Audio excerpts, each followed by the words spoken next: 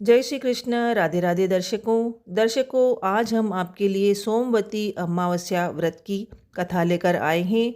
और यह सोमवती अमावस्या इस बार अधिक मास में आ रही है, तो कथा श्रवण अवश्य करें और पुण्य लाभ कमाएं। आज की कथा हम प्रारंभ करते हैं। बोलो श्री कृष्णचंद्र भगवान की जय। एक साहूकार के 7 बेटे और 7 ही बहुओं के साथ एक बेटी भी थी। साहूकार के घर रोज एक योगी आता था, जिसे साहूकार की बहू भिक्षा देती थी। उस जोगी को जब साहूकार की बेटी भिक्षा देने जाती तो वह उससे भिक्षा नहीं लेता और कहता कि तेरे भाग्य में सुहाग की जगह दुहाग लिखा है। लड़की को जोगी की यह बात बहुत बुरी लगती थी और एक दिन वह अपनी माँ से रोते रोते जोगी की बात बताती है।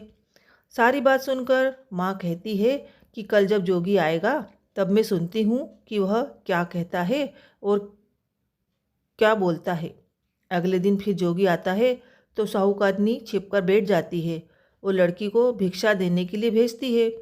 जोगी उससे भिक्षा नहीं लेता और फिर वही बात कहता है कि तेरे भाग्य में सुहाग की जगह दुहाग लिखा है। लड़की की माँ बाहर निकल कर आती है और जोगी से कहती है कि एक तो हम तुझे भिक्षा देते हैं और तू हमें गाली देता है। जोगी कहता है कि मैं गाली नहीं दे रहा हूँ, जो बात सच है मैं तो वही कह रहा हूँ। इसके भाग्य में जो लिखा है मैं वही सबको बता रहा हूँ।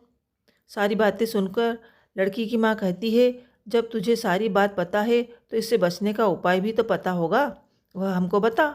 जोगी कहता है कि 7 समंदर पार एक धोबन रहती है जिसका नाम सोना है। वह सोमवती अमावस्या का व्रत करती है। अगर वह जाकर इसे फल दे दे तभी इसका दुहाग टल सकता है, अन्यथा विवाह के समय सर्प के काटने से इसके पति की मृत्यु हो जाएगी। सारी बात सुनकर माँ रोने लगी और धोबिन की तलाश में निकल गई। चलते चलते रास्ते में तेज धूप पड़ रही थी, जिससे बचने के लिए बहू वह एक पीपल के वृक्ष के नीचे बैठ गई। उसी वृक्ष पर एक गरुड़ के बच्चे अपने घोंसले में थे। एक सांप आया और गरुड़ के बच्चे को खाने के लिए लपका, लेकिन साहूकारनी ने उस सांप को मारकर बच्चों की रक्षा की। कुछ देर बाद गरुड़नी आई और सब जगह खून देखकर साहूकारनी को चोट से मारने लगी। साहूकारनी बोली कि एक तो मैंने तेरे बच्चे को सांप से बचाया और तू मुझे ही मार रही है। सारी बातें जानने पर गरुड़नी बोली कि तूने मेरे बच्चे की रक्षा की है, इसलिए मांग जो चाहती है। साहूकारनी गरुड़नी से कहती है कि मुझे 7 समंदर पार सोना धोबिन के यहाँ छोड़ दो, और गरुड़नी ने वैसा ही किया। साहूकारनी वहाँ पहुँच गई, लेकिन सोचने लगी कि इसे कैसे मनाऊं। सोना धोबिन की भी बात 7 बहुएं थी, लेकिन घर के काम करने के लिए सदा आपस में लड़ती रहती थीं। रात को जब सब सो जाते तो साहूकारनी आती और चुपके से सारा काम कर उजाला होने से पहले चली जाती। सारी बहुएं भी आपस में यही सोचती कि कौन सी बहू है जो सारा काम कर देती है, लेकिन एक दूसरे से पूछने की हिम्मत किसी की भी नहीं होती थी। काम करने की बात सोना धोबिन ने भी देखी कि आजकल बहुएं लड़ती भी नहीं हैं और सारा काम हो भी जाता है। सोना धोबिन ने सारी बहुओं को बुलाया और पूछा कि आजकल तुम लड़ती भी नहीं हो और घर का सारा काम कौन करता है। बहुएं सास से झूठ कहती है कि लड़ाई करने से क्या फ़ायदा, इसलिए हम मिलकर काम कर लेती हैं। सोना धोबिन को अपनी बहुओं की बात पर विश्वास नहीं होता और वह रात में जागकर स्वयं सब कुछ देखना चाहती है कि कौन काम करता है।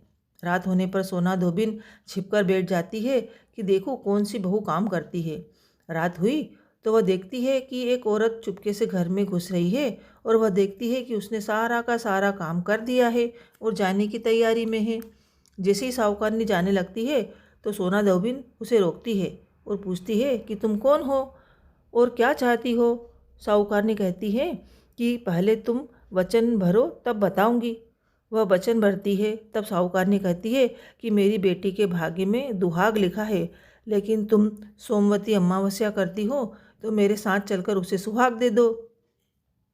सोना धोबिन वचन में बंधी थी तो वह बहुरानी के साथ साहूकारनी के साथ चलने को तैयार हो गई। जाते हुए सोना धोबिन अपने बेटे और बहुओं से कहती है कि मैं इस औरत के साथ इसकी बेटी को सुहाग देने जा रही हूँ, लेकिन अगर पीछे से तुम्हारे पिताजी मर जाएं तो उन्हें तेल के कूपे में डालकर रख देना। धोबिन साहूकारनी के घर पहुँच जाती है।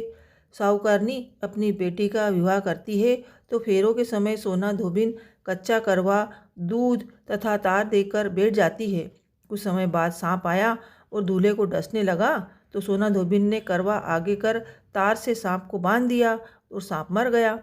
अब सोना धोबिन ने लड़की को सुहाग दिया और कहा कि जितनी अमावस्याएं मैंने की है उन सभी का फल साहूकार की इस लड़की को मिलेगा।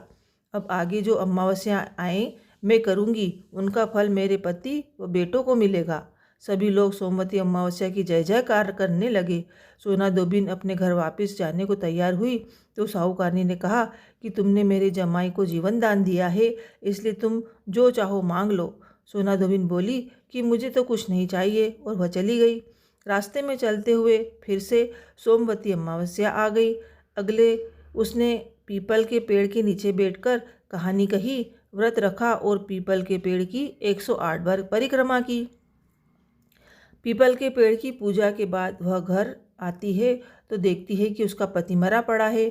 अब रास्ते में जो सोमवती अमावस्या उसने की थी उसका फल अपने पति को दे दिया, जिसके प्रभाव से वह पुनः जीवित हो गया। सब कहने लगे कि तूने ऐसा क्या किया जो तेरा पति जिंदा हो गया। वह कहती है कि मैंने तो ऐसा कुछ नहीं किया है, बस रास्ते में सोमवती अमावस्या आ गई थी जिसका मैंने व्रत किया, कहानी कही और पीपल के वृक्ष की 108 बार परिक्रमा की। अब सारी नगरी में ढिंढोरा पिटवा दिया गया कि हर कोई सोमवती अमावस्या करेगा, पूजा करेगा, व्रत रखेगा, कहानी कहेगा और पीपल के वृक्ष की 108 बार परिक्रमा करेगा। हे सोमवती अमावस्या, जैसा आपने साहूकार की बेटी का सुहाग दिया वैसे ही सबको देना। तो यह थी सोमवती अमावस्या व्रत की कथा कहानी। इसी तरह की कथा कहानी आपको हमारे चैनल पर मिलती रहेगी। प्लीज़ हमारे चैनल को सब्सक्राइब ज़रूर कर दें, वीडियो को लाइक ज़रूर कर दें और हो सके तो अपने रिश्तेदारों में इस वीडियो को शेयर भी ज़रूर कर दें। जय श्री कृष्ण, राधे राधे।